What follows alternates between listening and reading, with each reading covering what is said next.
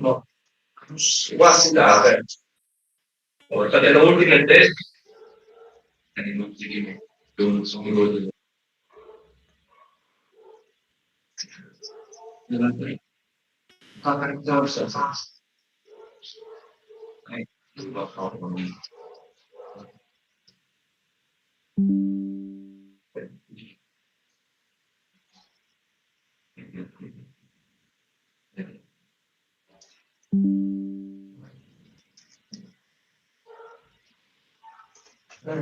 Mais um textinho, fala aí. Opa, boa tarde. Escutam? Olá.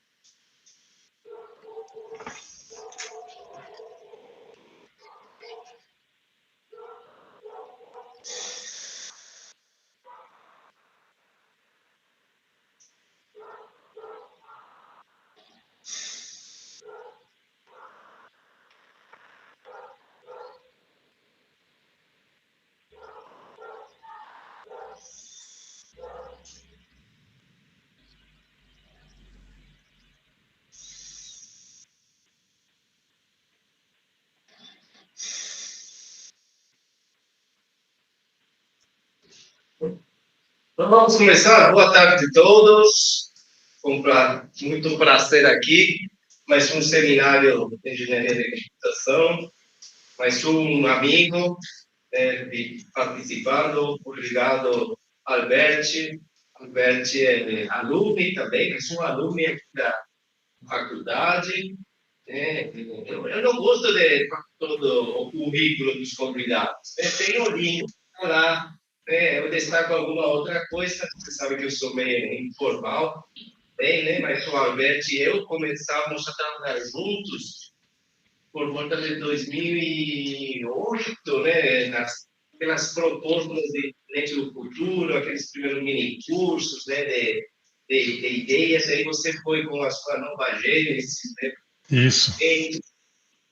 Lembro bem. Eu estava na época do meu doutorado no CPQD, né?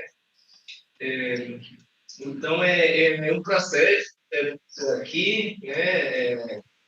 Como eu falei aí na divulgação, né? Tem esse livro novo, né? Que fala sobre o impacto da evolução tecnológica acelerada na sociedade. Vamos ver o que você pode passar para a gente, uns 40 minutos, para deixar uns 10, 15 minutos para os alunos que estão na sala e aqueles que nos acompanham pelo canal do YouTube trocar algumas ideias com você.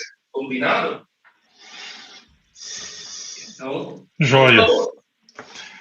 Obrigado, Christian. Quero primeiro agradecer, então, a oportunidade, né, de estar aqui com vocês. Estou muito feliz de participar do evento.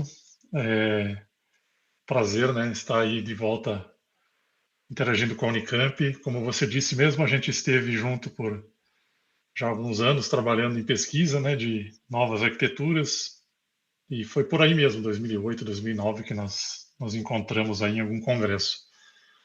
Bom, eu vou então falar um pouco, vou tentar resumir aqui no tempo aí de 40 minutos.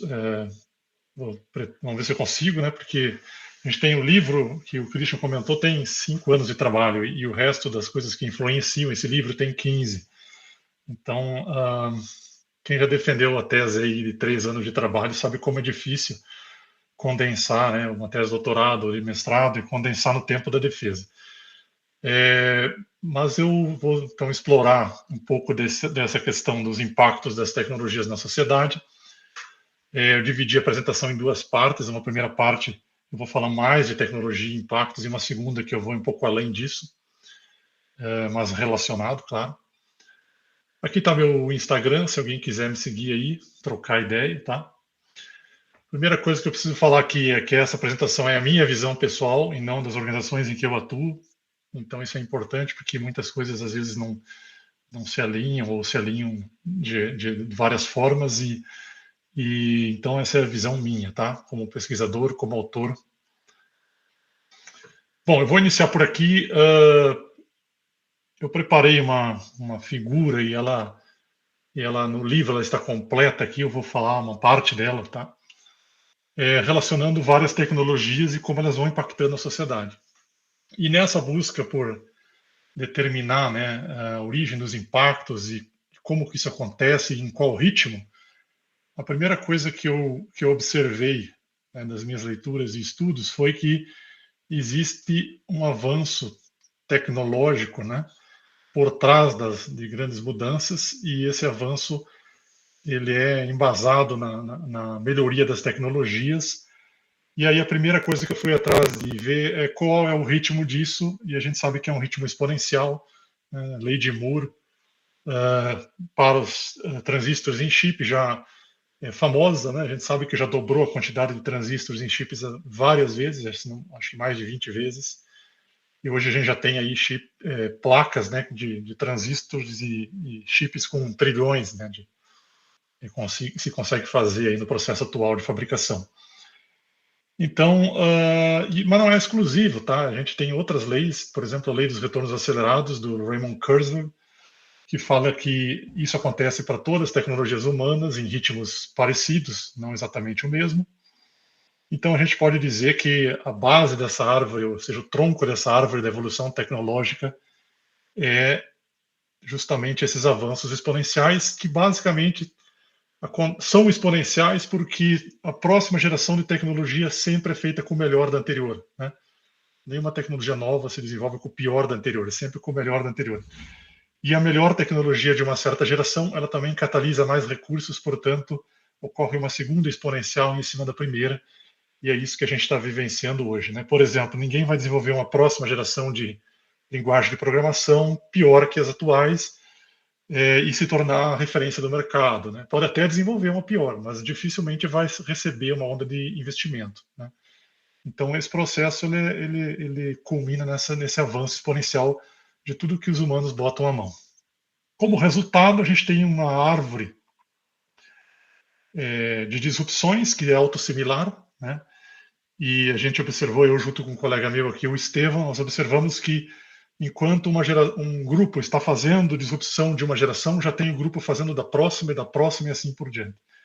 Então, é como se, assim que ocorre uma disrupção, já existe gente pensando na disrupção da disrupção, e isso é o modus operandi hoje de desenvolvimento de novas tecnologias e inovação. E aí existem dois impactos aqui à esquerda, né, desse processo de evolução autossimilar, exponencializado, né? O impacto mais positivo é o progresso, né? A gente tem, então, como consequência, a capacidade de gerar resultados importantes cada vez em menor tempo, né? Então, o mesmo resultado importante ele é gerado em menor tempo e com o mesmo custo ou um custo até inferior. O custo também decai exponencialmente à medida que ocorre o ganho de mercado, né? Aquela questão de uma tecnologia conquista o mercado e ele tem ganho de escala e aí ele consegue reduzir custo. Por outro lado, o aspecto negativo, né, que está em laranja aqui, se eu vou seguir em toda a figura esse padrão, a gente tem o que a gente chama de crise de modelos e de retorno de investimento. Uma vez que a gente está falando já da próxima geração, da próxima, começa a ficar difícil de pagar a conta do desenvolvimento, porque aquilo que ainda não foi lançado já parece obsoleto, né? Isso é uma crise de retorno do investimento. E, por outro lado, também acontece uma crise de modelos, né? Porque existe capacidade para se pensar em novos modelos, e aí quando eu falo novos modelos, eu falo modelos de negócio, modelos de organização, modelos em geral de como as coisas estão organizadas, sociedade e tudo mais. Então, a gente percebe isso, por exemplo, com o poder que é o celular hoje, né? A gente tem isso aqui na mão para fazer muita coisa, mas a maioria das coisas e muitas coisas ainda são no papel, né? E ainda não existe um gap, uma lacuna de desenvolvimento entre muitos processos e o avanço que a gente está vivenciando. Então, as novas tecnologias elas têm a capacidade de desafiar modelos e romper com esses modelos, criando novas oportunidades o tempo todo. Aqui tem outras consequências, por exemplo, a redução da escala física é outra consequência dos avanços exponenciais, né? Cada vez se faz mais e menor. Novos materiais, que tem a ver com o surgimento de muita coisa em computação, em armazenamento, em conectividade, né? Eu trabalho com conectividade, redes de comunicação e novas arquiteturas já há bastante tempo, e a gente está vendo aí o ritmo de avanço, né, pelo menos das comunicações móveis, por exemplo, a cada 10 anos ocorre uma nova geração, então se respeita um limite de tempo por várias questões, ele não é dobrando, ela não segue exatamente a mesma lei, mas a quantidade de coisas que são acrescentadas, né, de cada geração é enorme, né? Então, do 4G para o 5G e agora do 5G para o 6G, na comunicação móvel, a gente pode esperar um avanço de quantidade de funções, de complexidade gigantesca, né? Também visualização, que é como a gente enxerga as coisas em telas e outras tecnologias como holografia, que está em desenvolvimento também. E tudo isso, né, gera uma abundância de tecnologias para a gente criar soluções, criar disrupção e repensar modelos e mentalidades, né?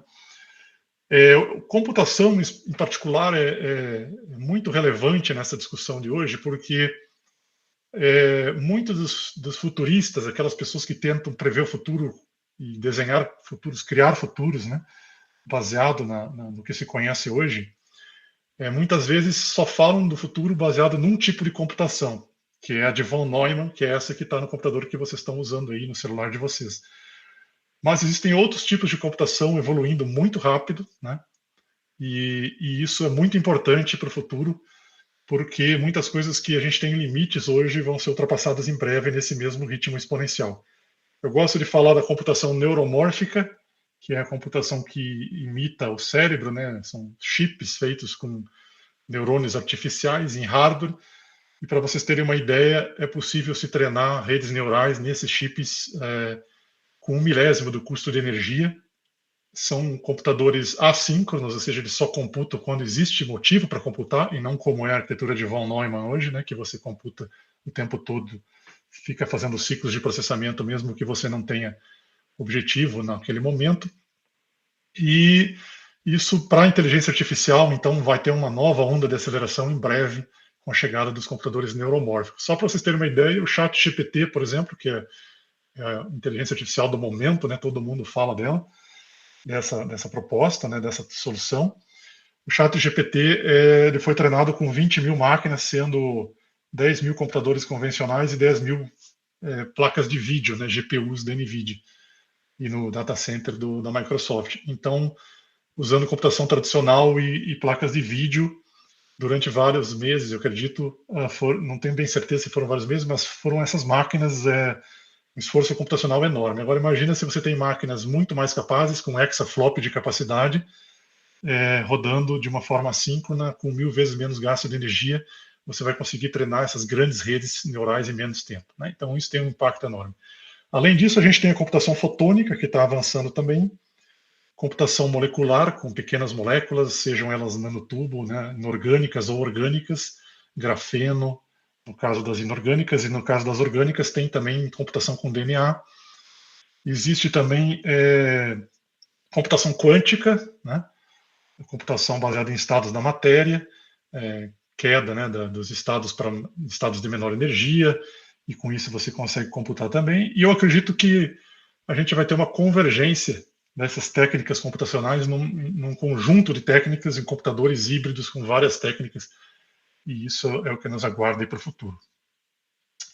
Continuando a figura, então, eu falei até aqui, até a abundância, né? Então, o que a gente vai fazer com essa abundância de computação, de conectividade, de armazenamento de dados e de visualização? Bom, nós estamos criando tecnologias que são cientes de contexto, context-aware, né? Cientes dos contextos, das necessidades dos humanos. A gente já vê isso no ChatGPT bem desenvolvido, consegue entender contextos. Ubiquidade de computação e de rede em todo lugar, e aí a gente tem a internet das coisas, Internet of Things. Também apoiado no esforço de computação, né? E em novas redes a gente tem o registro imutável de informações e a computação imutável, a computação determinística, que vocês já devem ter ouvido falar aí com o nome de blockchain, né? E outras técnicas mais recentes. Já existe disrupção de blockchain que chama Tango, né, IOTA, e já tem disrupção disso também. Então, só para dar um exemplo de disrupção da disrupção. Então, aqui a computação determinística, o programa executa a partir de registro numa rede, né, de registros imutáveis e não pode ser alterado. Então, tem várias vantagens de se construir computador, fazer computação dessa forma.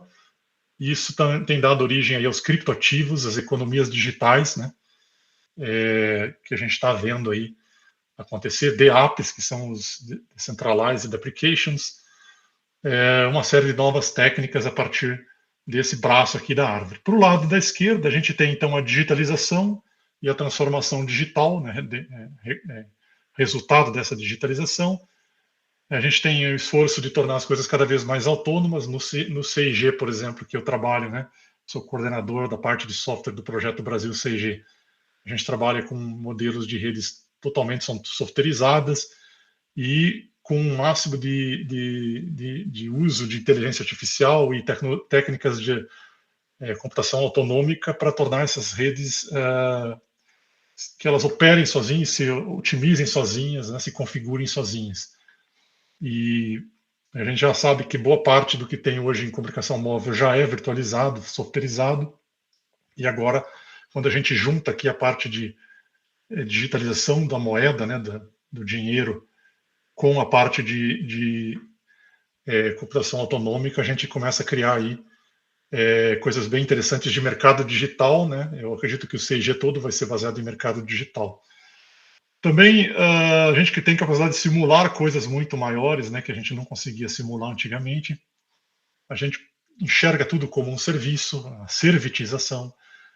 Estamos criando agora gêmeos digitais de tudo que é físico, né? E a gente pode dizer que tudo aquilo que é virtualizável, né, será, ou seja, tudo aquilo que pode ser transformado em programa de computador e rodar em máquinas como essas que eu estava falando vai acontecer. A gente vai deixar de ter muitos equipamentos físicos, né, virar um programa de computador nesse processo de virtualização, e aqueles que não viram programas são representados por gêmeos digitais, ou seja, a gente ainda continua tendo coisas na realidade física que serão representadas por gêmeos digitais, né? Então, o 6G já se fala em gêmeos digitais massivos e todas as coisas físicas sendo representadas por programa, né? E aí no centro aqui a gente tem inteligência artificial, né, que está avançando a passos largos.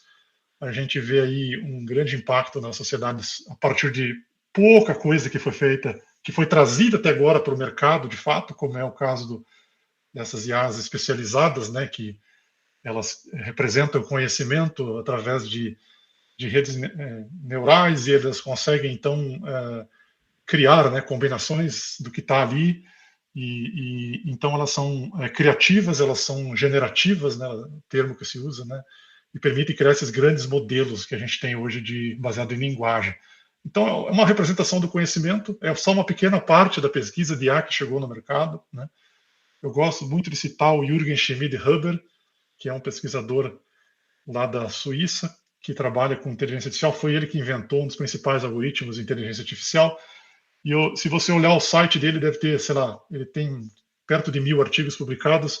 A gente está falando de IA que está chegando no mercado para alguns artigos dele, né? Criatividade artificial,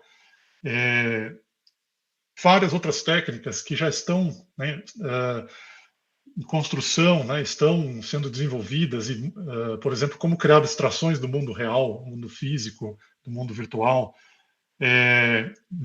tomar decisão, como meta-aprendizado. Então, tem muitas coisas que ainda não chegaram da mesma forma que a gente está vendo agora com a chegada dessas IAs.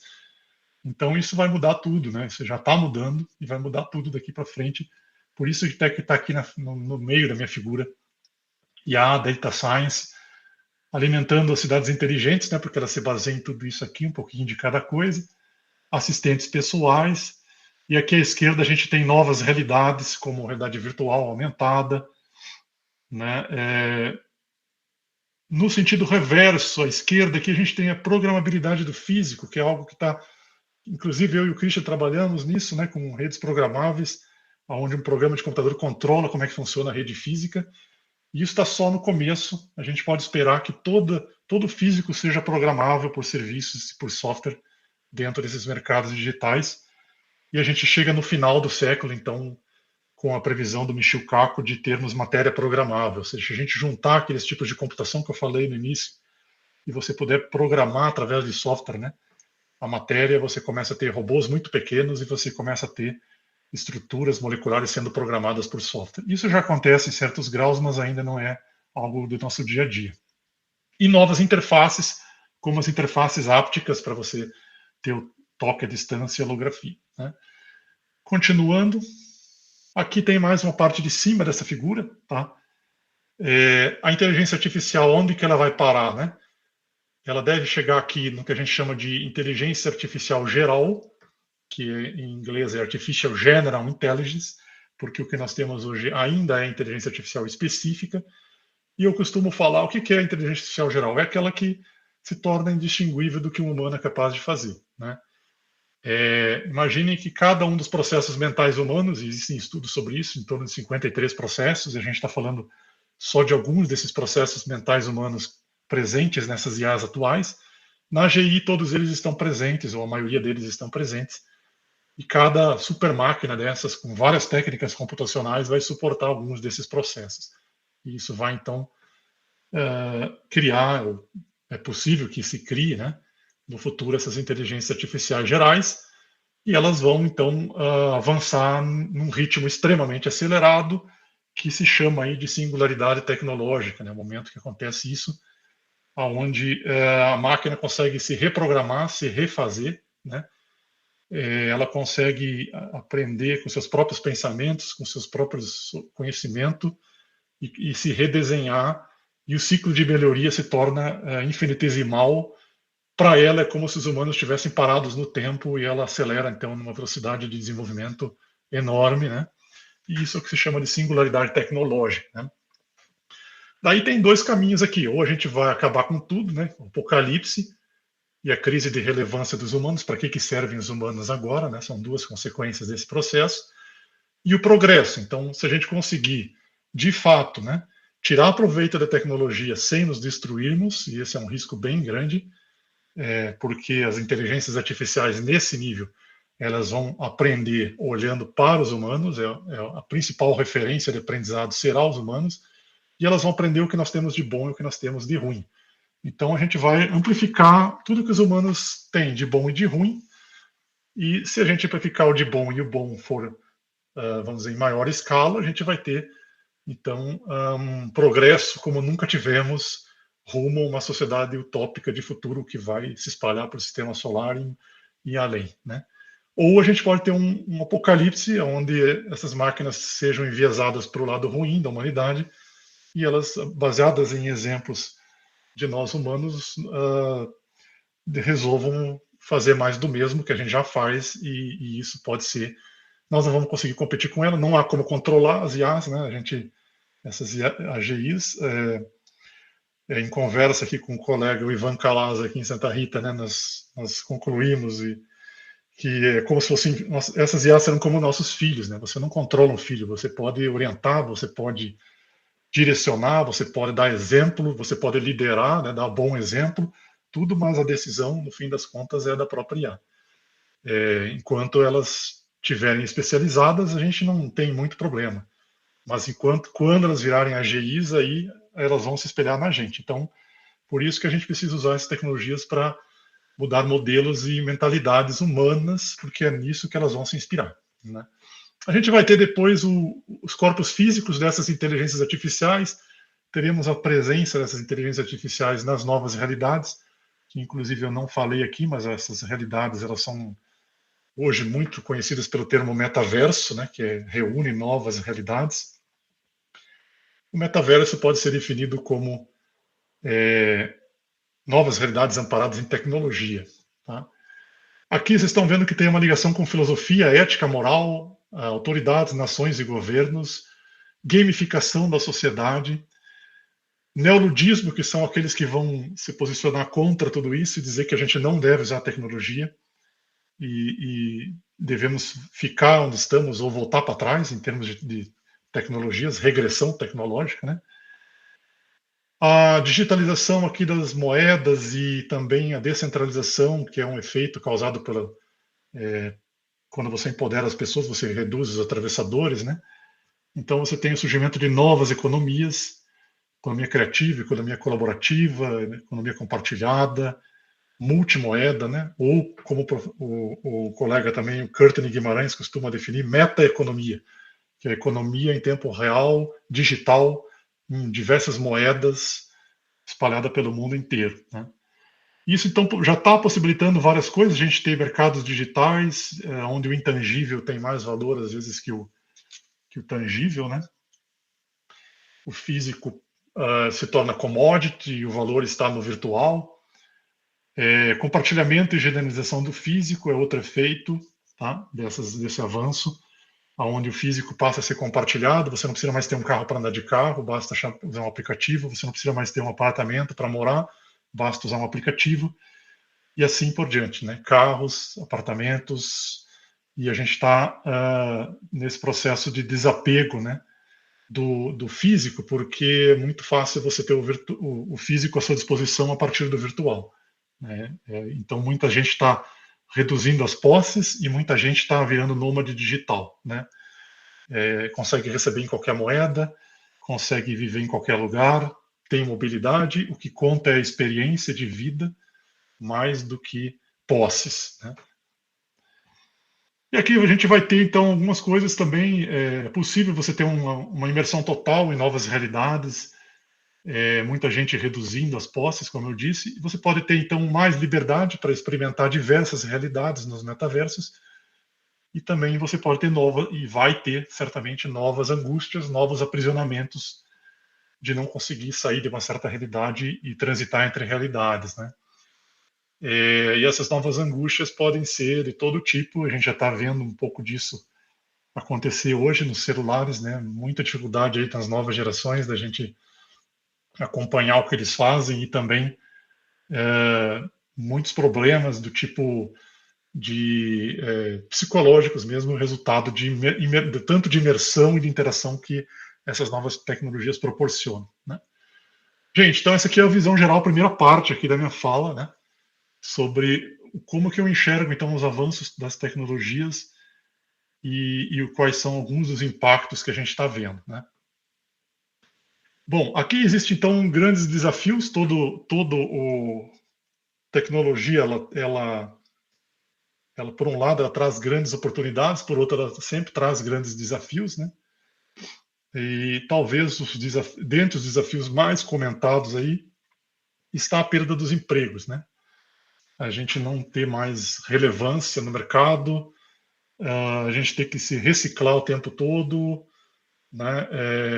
A crise dos empregos se tornou um assunto muito debatido esse ano em função aí das novas IAs, né?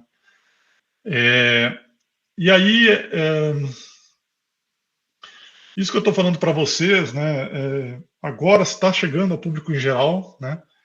Muita gente começa a perceber, inclusive na esquina, no bar da esquina, na padaria, e começa a comentar sobre isso, né? O que eu vou fazer se o meu emprego for substituído por tecnologia?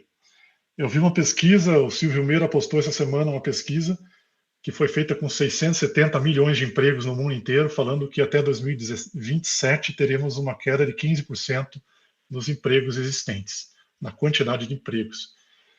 É uma quantidade bem grande, então se a gente sair na rua, a gente pode imaginar, se esse estudo estiver correto, né, sair na rua a gente pode imaginar 15% a mais de pessoas desempregadas. Seria essa estatística que esse estudo fez global, tá?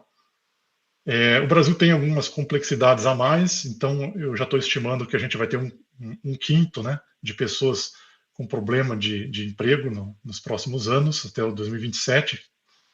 E também existe um outro fenômeno que não é só o problema do emprego, que é pouco discutido, mas que é a desmonetização causada pelo aumento da capacidade das máquinas.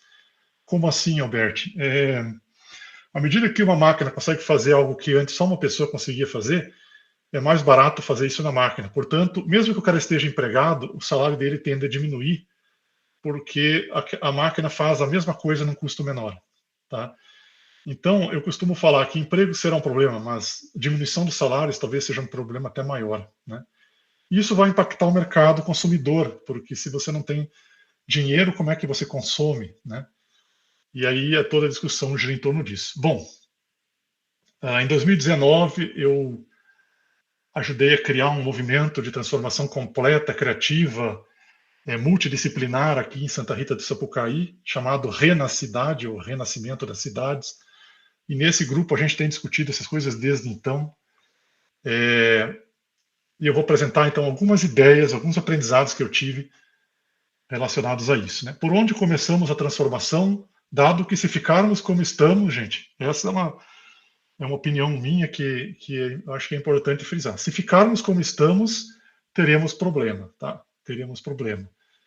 O desafio aqui é muito maior do que a pandemia, tá? Muito maior que a pandemia.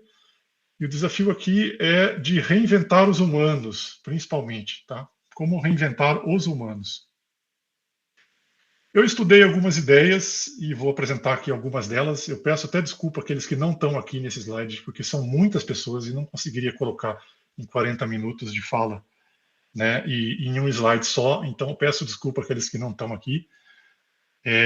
Mas alguns pontos de partida de como fazer essa revolução de mentalidade, essa revolução de modelos que nós precisamos usando a abundância tecnológica, né? Então, o Kurzweil, ele criou essa teoria aí do lei dos retornos acelerados. Ele é um dos defensores, né, de que vai acontecer uma singularidade. E ele escreveu um livro, o último livro dele chamado Como Criar uma Mente, né? Uma mente. E ele escreveu uma frase esses tempos que era: prepare-se para o pensamento híbrido. Creio que todos vocês agora já entenderam, né? Eu também, ficou muito mais fácil de entender agora o que ele quis dizer com prepare-se para trabalhar com as máquinas, porque hoje quem não está trabalhando com máquina vai estar ficando para trás, né? Então, prepare-se para o pensamento híbrido, já é a cocriação, o coworking, a cogestão com máquinas, né? Então, a gente já está nesse momento agora, tá? E vai se intensificar, e o Kurzweil fala, inclusive, das novas interfaces cérebro, né? Cérebro-máquina, que vai, então, criar novas formas de interação com o mundo virtual, e isso é o futuro das interfaces cérebro-máquina. Bom, esse mundo, né, de tecnologia nos fornece conectividade e conexões com outras pessoas em qualquer lugar, pagamentos em qualquer lugar. E aí o Oswaldo Oliveira, ele tem duas ideias dele aqui que eu acho muito bacanas, né, que são: a abundância é você ter o acesso àquilo que você precisa na hora que você precisa, e não é ter propriedade, né? Então, por exemplo, eu vou fazer um projeto, eu posso conectar com pessoas interessantes para esse projeto a qualquer momento, né? Eu não preciso ter uma pessoa contratada especificamente para viabilizar um projeto. Eu posso simplesmente contratar pela rede, tá? Pela rede. E outra coisa que o Oswaldo Oliveira fala, que eu acho muito legal, é essa partezinha aqui, uma frasezinha bem pequena chamada a forma informa. A forma que nós vamos propor qualquer coisa de transformação informa o que a gente pensa. E fica evidente e nos ajuda a ver se a gente está indo no caminho certo, tá?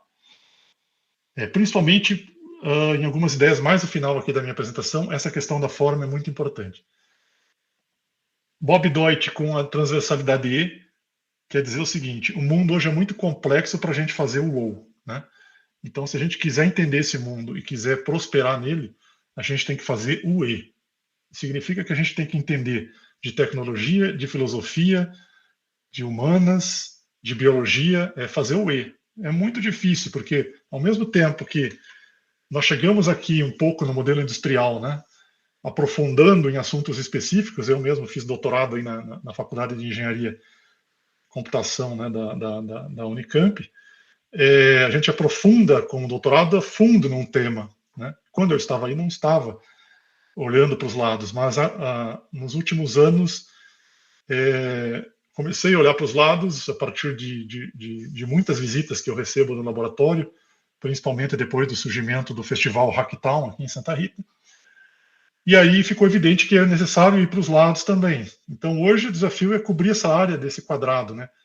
Boa para o lado, mas boa em profundidade também. Bert Hellinger, Leis Sistêmicas ou Ordens do Amor, trata dos valores, dos coletivos, né? Das famílias, das organizações. O que nós precisamos de valor para sermos equilibrados, para termos felicidade, né? Para termos uma boa convivência, à medida que tudo isso possibilita que a gente conviva melhor, né? Então, a gente precisa aprender como, né? E aí as leis sistêmicas eu acho muito interessante nesse sentido de inclusão, né?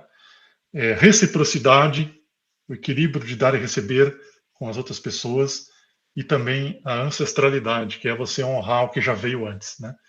Então, tudo isso é importante para que os coletivos não se desestruturem e que haja felicidade, haja uma prosperidade não só financeira, mas também em outras dimensões, né? O Ivan Calaza, comentei sobre ele aqui, amigo nosso aqui de Santa Rita, né? Embora ele tenha insistido, eu peço desculpas, Ivan, se você estiver assistindo, mas eu botei sua figura aqui de novo, porque eu não consigo apresentar isso sem falar de você aqui. Então, assim, o Ivan tem algumas ideias sensacionais relacionadas a como organizar esses coletivos com a governança estruturante, análise estruturante, equação de tendências de equilíbrio entre saber e poder nos coletivos, fazer isso de forma multi-estratégica, né? Não adianta seguir uma estratégia só, e uma dimensão só também não adianta. A gente tem que olhar para várias prosperidades em vários níveis. O mestre-aprendiz, né? Todos somos professores, todos somos alunos, ninguém ensina nada a ninguém. Eu acho a pedagogia, esqueci de colocar aqui a pedagogia que o Ivan defende. Ninguém ensina nada a ninguém, a gente só incentiva, só orienta, só faz com que a pessoa aprenda por conta própria. Isso também é válido para a IA, para a AGI, né? Então, são ideias que a gente tem discutido aí no Renacidade, nessas redes que eu participo, de como dar esse próximo passo para sanar esse gap, né? Esse descompasso, tá? Existe um descompasso entre o avanço dos humanos e o avanço das suas tecnologias, e esse descompasso é o problema. A tecnologia segue avançando exponencial, mas nossos modelos e mentalidades estão muitas vezes no mundo medieval, no mundo industrial. A gente precisa agora criar novas mentalidades e modelos para esse mundo de abundância tecnológica. E é isso que eu estou falando aqui, tá? Harari, com 21 lições para o século XXI, economia feminina, né, o arquétipo feminino, as lideranças femininas, o lado mãe da coisa, do cuidado, né, de cuidar das relações, da empatia, né, o lado feminino, o arquétipo feminino, né, é muito importante. O modelo industrial, que é o modelo que a gente vê aí desde da Revolução Industrial, e as linhas de produção, e as nossas escolas são assim também, elas estão presas nesse modelo mais masculinizado, né, arquétipo masculino de liderança, muito arraizado daquilo lá no antigo, né, da caça, do papel do masculino na sociedade. Então a gente precisa agora incluir ou ser mais inclusivo, né, e o protagonismo feminino, dar oportunidade, protagonizar o feminino dentro dessas arquiteturas, nessas propostas, né, de transformação, porque aí está o cuidado, aí está a empatia, aí está o equilíbrio, aí estão vários valores, tá? Vários valores muito importantes para esse próximo passo, tá? O Peter já fala isso, né, sobre como as mulheres são melhores líderes do que os homens. A Ligia Zottini também defende que o futuro é female, né? Então o arquétipo feminino, todos os valores que geralmente são trazidos por esse arquétipo nas lideranças. A jornada da heroína, tá? Também muito, muito amarrado a isso. E eu coloquei no centro aqui porque eu acredito que isso é muito importante mesmo. Piazzi, aula dada é aula estudada. Você consegue aprender inteligência, você consegue aprender vários. O cérebro, né, é uma máquina poderosíssima que pode aprender muitas coisas, e a gente muitas vezes desconsidera isso. E nós vamos precisar pensar e repensar nossas escolas, a nossa educação, né? E muito, muito importante, os valores associados a isso, né? Como fazer isso com bons valores.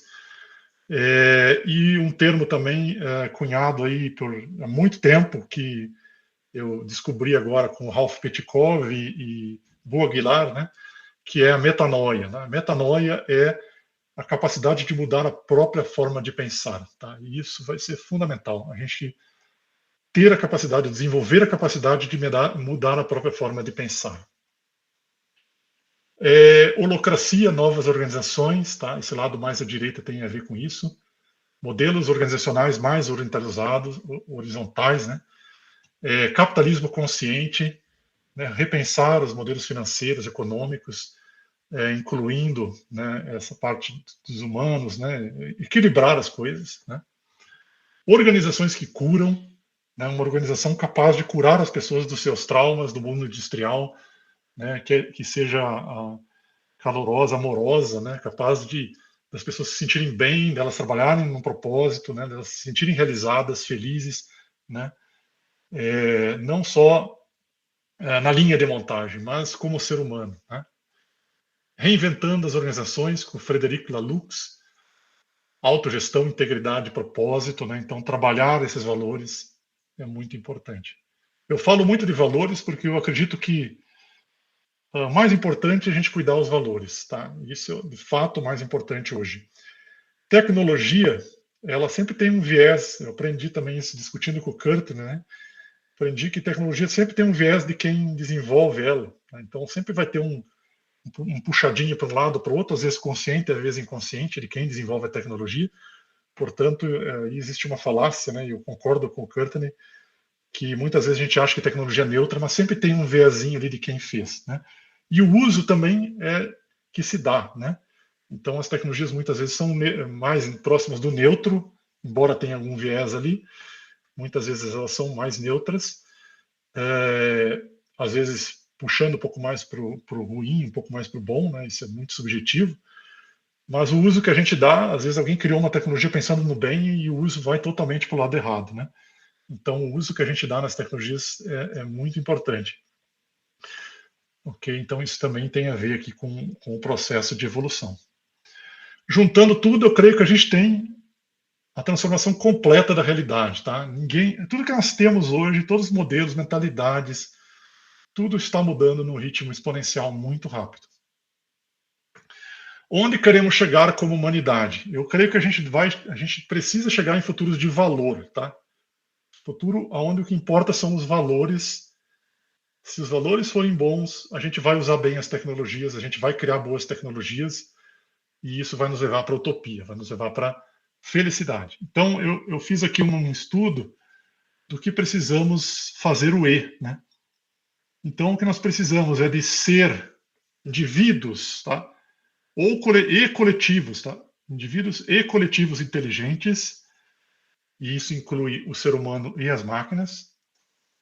Seres e coletivos educadores, seres e coletivos criativos, seres e coletivos sonhadores, sustentáveis, colaborativos, prósperos, empáticos, equilibrados, justos, que curam, éticos, amorosos, conscientes, que tragam valor, né? Que os pais, até eu estava falando com o Ralph essa semana, que os pais fiquem felizes, né?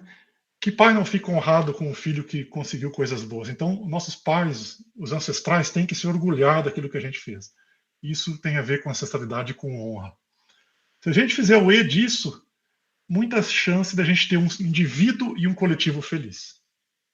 Perceba, envolve sustentabilidade, envolve várias coisas, consciência, valores, justiça. Então, assim, é um dos maiores desafios que já foram lançados. E a gente precisa usar a tecnologia como aliado. Por isso que eu botei essa foto aqui da direita, tá? A tecnologia, ela é ferramenta e é um apoio, né? São seres, vão se tornar seres. Eu acredito na consciência artificial, tá? Eu ainda estou escrevendo um artigo agora sobre consciência artificial.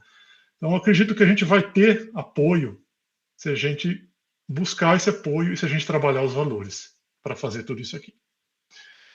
Então, a gente está criando aí 50 tons de humanos e máquinas, desde o humano puro até as máquinas puras e os híbridos, tá? Os ciborgues, estamos criando 50 tipos de coisas, de seres, e 50 tipos de coletivos. Tá? Então, isso dá 50 nas 50, sei lá quantas possibilidades dá, se a gente considerar 50 tipos de seres e 50 tipos de coletivos. Por isso, se a gente conseguir fazer isso, e eu sou positivo nesse aspecto, a gente vai criar novos renascimentos, como aqueles que aconteceram lá na Idade Média, aconteceu na Idade Média, a gente vai ter renascimentos a cada vez em período menor. Como chegar lá, né? Um pouco do... Já estou acabando, viu, Christian? Só mais um minuto aqui para eu finalizar a última ideia.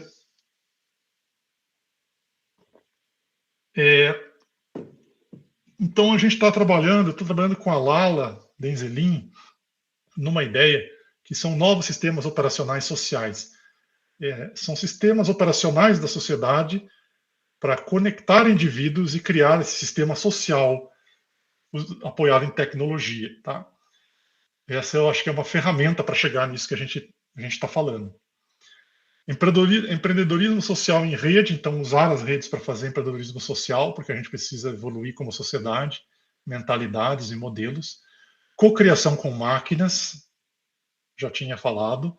Novas mentalidades, culturas, né? Engenharia de culturas, ou trabalhar as culturas que nós queremos, nos valores que nós precisamos, né? Para criar esses futuros desejáveis, futuros de valor. Novas organizações.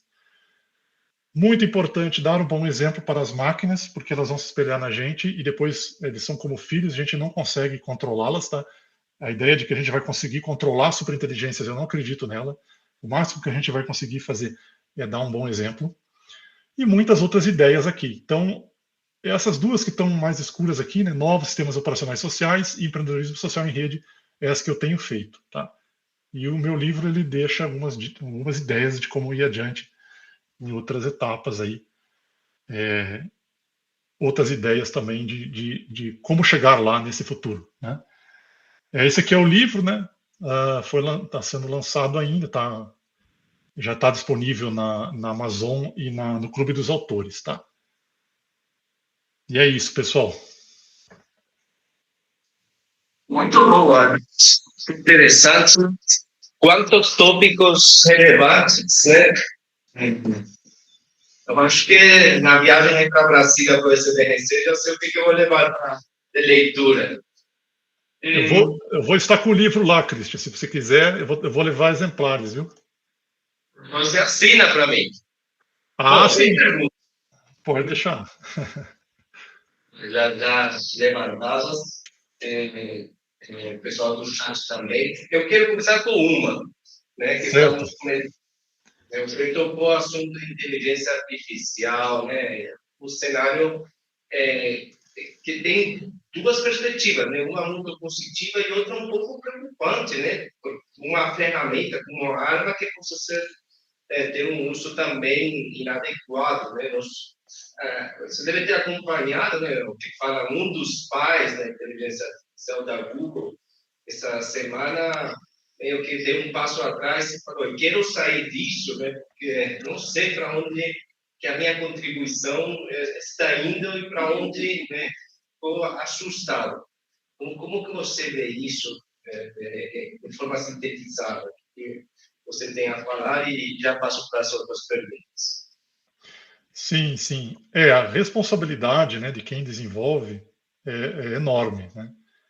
Então, assim, e os valores que quem desenvolve tem são fundamentais. Então, a gente precisa trabalhar nessas frentes, né? Conscientização, repensar modelos de organização, porque para esse novo mundo que está se abrindo, porque se a gente ficar focado num único foco, né? Ou ficar numa única mentalidade, mesmo que a pessoa seja responsável, ela vai influenciar o processo. Então, isso é uma coisa que tem que ser discutida. Eu, por exemplo, aquele manifesto que teve de parar as pesquisas, eu me manifestei contra ele, porque eu não acredito que parar a pesquisa vai resolver. O que nós temos que fazer é usar o resultado da pesquisa para melhorar o humano, porque quem desenvolve é o humano, né? Quem vai usar, por enquanto, é o humano, tá? Então, assim, todos contribuímos para a inteligência artificial, não só os desenvolvedores. Toda hora que você interage com o chat GPT, você está alimentando ele, né? E as novas IAs que estão vindo também. Então, assim, não adianta você falar que só os desenvolvedores devem se preocupar com isso e ser responsáveis. Todos temos que ser responsáveis, um grau maior, um grau menor, tá? Então, eu fui contra o manifesto, porque o manifesto, ele me pareceu um manifesto polarizado, um manifesto focado num viés só do que está acontecendo, né? Eu não acredito que as pessoas que estão ali, ao pararem o desenvolvimento, iriam se aprimorar seus valores ou suas culturas ou os modelos de organização. Então, assim, se isso não for feito, você pode regular, você pode continuar tentando melhorar, né, reduzir os riscos, mas o risco está nas pessoas. Então, assim, nos governos, nas empresas, né, no modelo das empresas, no modelo dos governos e na mentalidade das pessoas. Por mais que você proíba de fazer pesquisa, por mais que você crie regulações, na prática, o que vale é a cabeça das pessoas. Então, é aí que nós temos que atacar. Então, eu penso que a gente deve usar, sim, a tecnologia. Eu e o Ivan, inclusive, temos uma ideia, a Lala também, que são futuristas, né, da gente usar a tecnologia para fazer isso, para nos melhorar como humanos, tá?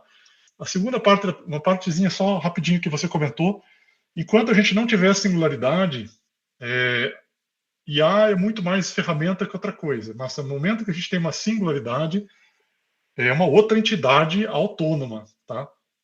Cai no caso de que ela não é mais uma ferramenta humana. Ela é uma ferramenta humana por ter sido criada pelos humanos, mas ela vai se aprimorar sozinha, tá? Então ela passa a ser um outro ser, né? Um outro ser autônomo, né? E aí a gente pode impedir que ela faça certas coisas, tentar impedir, porque eu não acredito que isso seja possível, tá? E mais importante, a gente pode dar exemplo para que ela se espelhe nas coisas, para que aí ela, por conta própria, assim como o Ivan fala da nova pedagogia, ela, por conta própria, desenvolva noções de ética e nos ajude a melhorar até a nossa ética. Estão ouvindo? Estou ouvindo. A história, com outros avanços, né, eletricidade, a revolução industrial, né, também você tinha esses medos, né, aos avanços, e foi possível lidar com as positivas. Deixa eu pegar aqui uma pergunta, por favor. Fala aqui. Não, só falar. O microfone aqui? Isso. Albert, parabéns. É sensacional. A minha pergunta é, com base no que você acompanha e estuda, se a previsão do Ray Kurzweil da singularidade tecnológica para 2045, se ela está mantida, ou a gente, na verdade, está falando de mais alguns anos, algumas décadas. Primeira pergunta. A segunda é, condensando tudo isso que você falou, eu queria saber se você é otimista ou pessimista em relação ao futuro da sociedade, né? Então, assim, a gente tem avanços que já quebraram muito aquela fase que o número de empregos criados era semelhante ao que perdia. Então, a gente já quebrou isso. E como você vê, assim, se você for pessimista, porque assim, o Peter Diamandis fala muito sobre abundância, né? Mas até chegar a essa abundância, será que não pode acontecer ali o que você chamou de apocalipse? E se você for pessimista, então qual seria a demanda mais urgente que a gente precisa fazer como sociedade? Sim, ótimas perguntas, obrigado. Vamos então por partes. Primeira pergunta, né? A questão da singularidade em 2045, tá? Eu fiz uma estimativa no livro um pouquinho mais conservadora, tá? Alguns anos depois disso. E o livro saiu, eu terminei de escrever o ano passado, e eu não tinha chat GPT ainda, né? Não descarto a possibilidade de ter algo assim em 2045, tá? E eu acho que eu coloquei 2060, 2070, um pouquinho mais para trás. Eu tenho acompanhado um pouco as previsões do Raymond Kurzweil e me parece que ele prevê sempre para a primeira ocorrência do evento. E eu estou um pouco mais preocupado com a popularização do evento. Então, para mim, na minha visão, sempre tem um pouco de delay em cima da previsão dele. Então, por isso que eu atrasei a minha um pouquinho, tá? 2060, 2070, por aí. Mas não descarto a possibilidade de acontecer em 2045, tá bom? Eu fui mais conservador porque eu tinha que, como autor, né, colocar uma previsão minha. A segunda parte da pergunta, né, se eu sou otimista ou pessimista. O livro chama Novos Renascimentos, muito mais porque eu acredito que é possível, tá? A gente dar esse salto como sociedade. O período agora é extremamente crítico, né? É um período de transformação completa mesmo. Então, é o período em que a gente tem que sanar os descompassos entre tecnologia e humanidade, né? E o descompasso entre inteligência e consciência, tá? São dois descompassos principais. Inteligência artificial é uma coisa, consciência é outra, tá? Consciência artificial. Muitos nem acreditam que é possível ter consciência artificial. E a definição do que é consciência, que é o que eu falei que eu estava trabalhando nela, né? Em poucas palavras, eu estou definindo, e fiz isso junto com meu filho até, metacognição, né? Apoiada em vários processos mentais, ou seja, consciência seria a capacidade de pensar sobre os próprios pensamentos em tempo real, baseado ou apoiado, né, em percepções, em razão, em entendimento do mundo, tá? Isso seria consciência. Estou trabalhando nisso ainda, tá?